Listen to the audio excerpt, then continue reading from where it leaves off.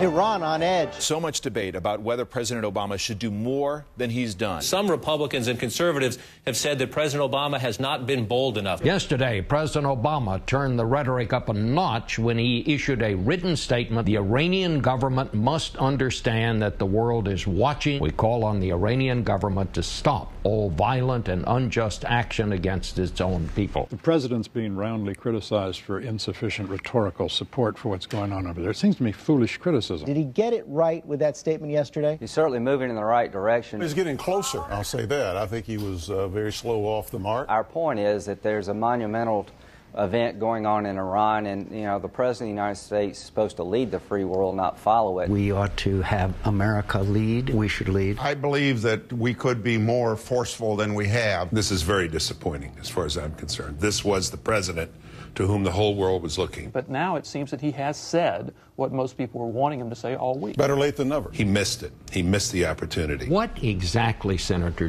do you want the president to do? I'd like to see the president be stronger than he has been, although I appreciate the comments that he made yesterday. I appreciate what the president said yesterday, but he's been timid and passive more than I would like, and I hope he will continue to speak truth to power. I appreciate the statement that he made yesterday that was far stronger, and I think we need to continue to send that message. What more should he say at this moment? He needs to condemn what the government is doing. I was just looking at the statement he issued yesterday. He said, and I quote, "We call on the Iranian government to stop all violent and unjust action against its own people." He did blame the government for the killing.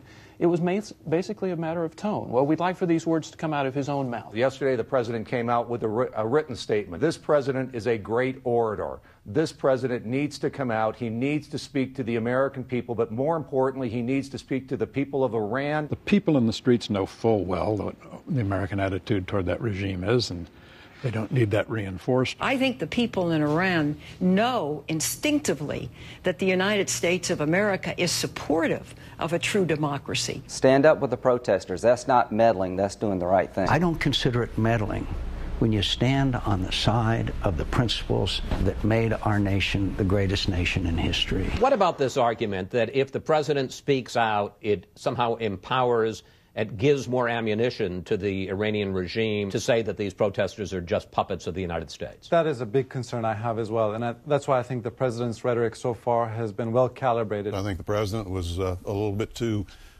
calibrated in what he said. Feckless, pusillanimous. Feckless policy. Feckless, pusillanimous. Has he said and done enough, do you think? I'm not going to second guess the president of the United States. I know President Obama wants the people of Iran to be free. He said as much. I've spoken to him a number of times on this subject. There's no question we'd all like to see a different Iran with different policies. I think they have to be very cautious not to wade too deeply into this, because right now the movement does seem to be gaining steam on its own. This regime is rapidly losing legitimacy with its own people. We should not let them change the narrative to one of being, meddling Americans, American Western imperialism, that sort of thing, because historically that sort of narrative has resonated. We might allow them to change the subject within Iran and in the rest of the Islamic world. Let's not let them do that. It is very crucial, as I see, that we not have our fingerprints on this, that this really be truly inspired by the Iranian people. We don't want to take ownership of this. The worst thing that we could do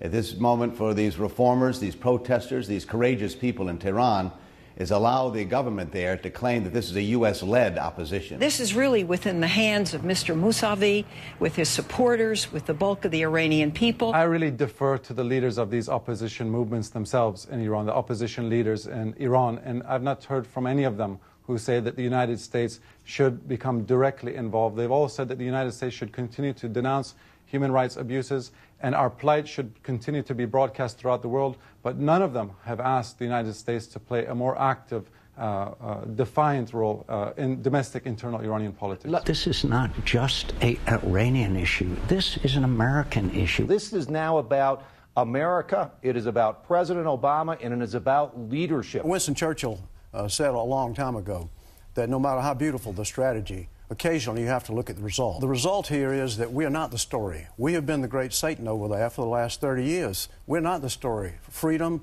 liberty is the story. The repression of the regime is the story. So I think we're positioned about right.